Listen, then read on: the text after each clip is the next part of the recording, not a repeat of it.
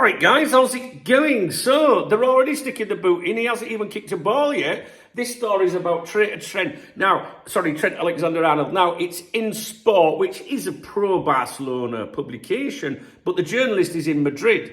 And it's really... I read this, right, in the cafe. I've just got back from the cafe, right? So, I go to the cafe every morning. I review the Spanish dailies for you and also my other channel, Galazo España. The link is in the video description, right? And this one made me laugh out loud. It really did.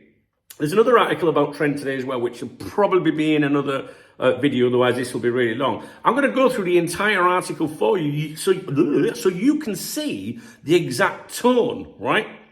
And it says here, Arnold is signing under suspicion, right?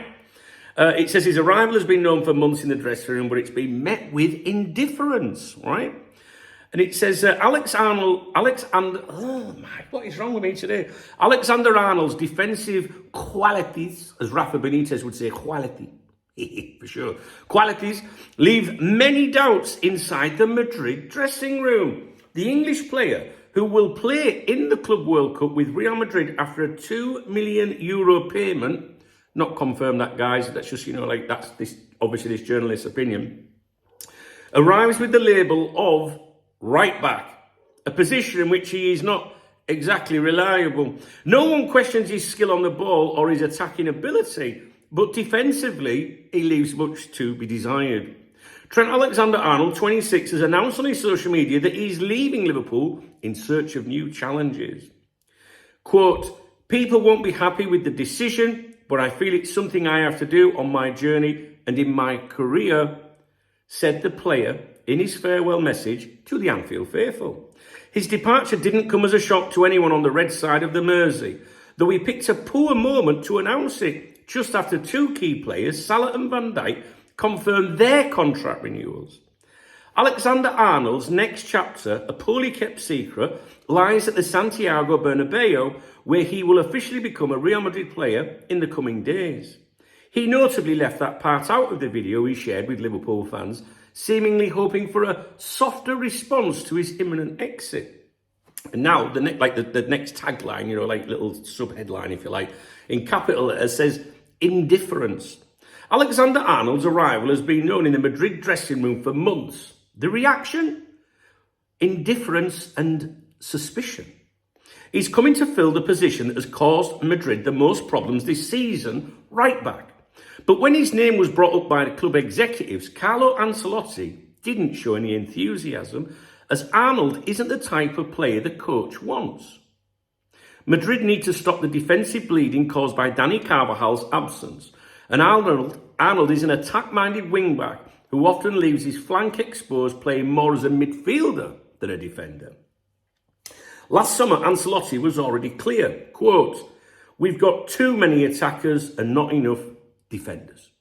Still, Florentino Perez and his trusted team, Jose Angel Sanchez and Huni Calafat, pushed ahead with the signing because Arnold met the club's top transfer priority, coming on a free. Despite Liverpool's repeated efforts to renew his contract, the player had already agreed a private deal with Madrid, which will soon be made public. He'll sign a 5-year deal with a large signing bonus, helping Madrid amortise the contract over time. Next sub-headline in capital letters, he can't defend. Capped 33 times by England, Arnold is far from a defensive specialist, to the extent that he even wears the number 8 shirt for his country. In the last Euros, he started as a double pivot alongside Declan Rice against Serbia and Denmark, but lost his place before the Slovenia match and never returned to the starting 11. Not as a pivot, not as a central midfielder, and certainly not as a right back, where Kyle Walker was the undisputed starter.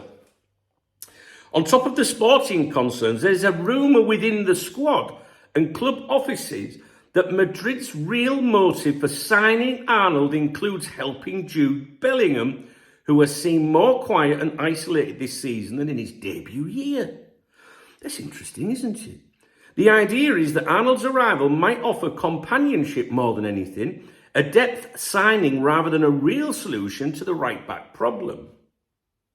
Real Madrid will pay €2 million to Liverpool to let him take part in the Club World Cup, which starts on the 13th of June in the US. That payment brings forward the end of his Liverpool contract, which officially ends on 30th of June, to the 1st of June. He'll be presented as Madrid's new right-back, even though he isn't one, to try and plug a position that's become a chronic wound for the club. Madrid have already conceded 69 goals this season, and the defence hasn't recovered since Carvajal's injury. And on a separate note, I did read quite an in-depth article today. I can't remember which one it was in, Marca or AS, talking about Carvajal's recovery. They make him sound like a god, right? I'll be honest with you. Like a warrior, like he'll only be 90% fit at the Club World Cup, but even that's better than everyone else kind of thing. Massive praise for Carvajal. And this is why a lot of people are confused by this signing, because it's like he's never going to get picked ahead of him when he's fit. So the suggestion is, or the question is, will he be played further up, But this is an interesting article. I think it's interesting because they basically say, fuck, he's got to defend to save his life, right? And he's been signed as a right-back. And it was interesting, the claim, I think, that Ancelotti was not really, what did it say? Didn't show any enthusiasm. And also the claim that, the Bellingham claim in there as well. And, a lot of people think that when Liverpool U-turned on the Bellingham thing some people, don't believe that Liverpool were ever in for him. I do. And many people feel that the minute that Liverpool went, do you know what, we're not going to do that actually.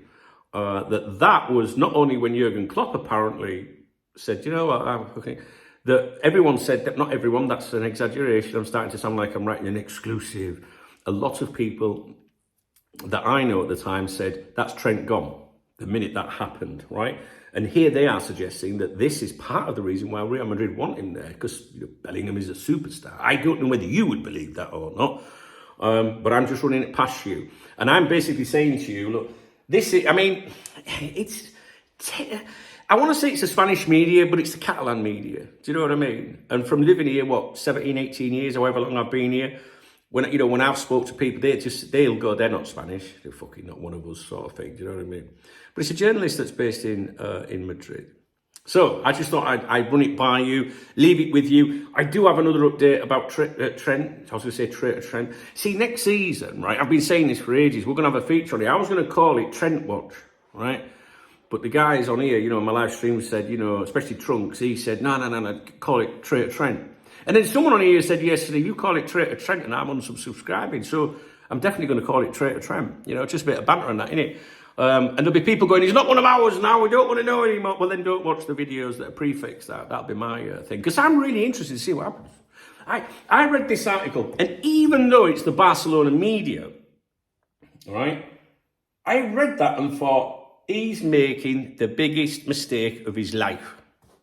Honest. I really do believe that.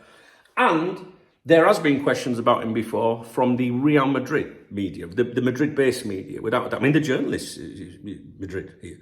Because we've gone over it before a long time ago. So I still think it's interesting, but maybe you will err towards, it's just the rivals taking a pop, blah, blah, blah. I'll leave it with you. I've got lots for you today, guys. I'm going to try and get these videos done as quickly as possible. What was I going to say to you? Just got a message flash up on my phone, don't read it. I'm doing a live stream on here today at 1 o'clock UK time this afternoon. I haven't done my morning briefing on my other channel yet. The link's in the video description, the Duncan Oldham channel. It'll pop up on the thing at the end as well. But I'll get on with that shortly. So anyway, I just wanted to tell you about that. If you found this video interesting or you like this video, please thumbs up the video. Please drop me a comment. I want to know what you think about this. And if you want to buy me a coffee or a beer, hit the super thanks button. It's the love out under the video, and I'll give you a shout out in my next morning briefing because I'm good like that. All right, guys, cheers.